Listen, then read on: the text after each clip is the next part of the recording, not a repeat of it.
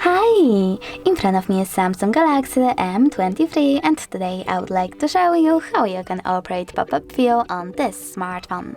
Start by opening one of your apps like Play Store and clicking on this button with three lines.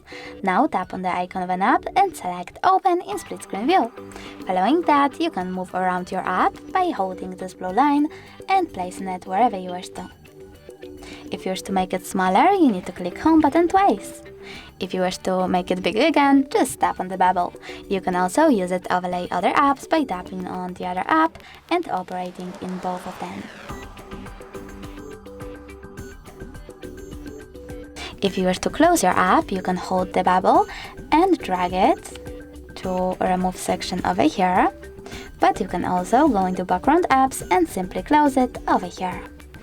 Thanks so much for watching. If you enjoyed this video, don't forget to leave a like, comment and subscribe. Bye!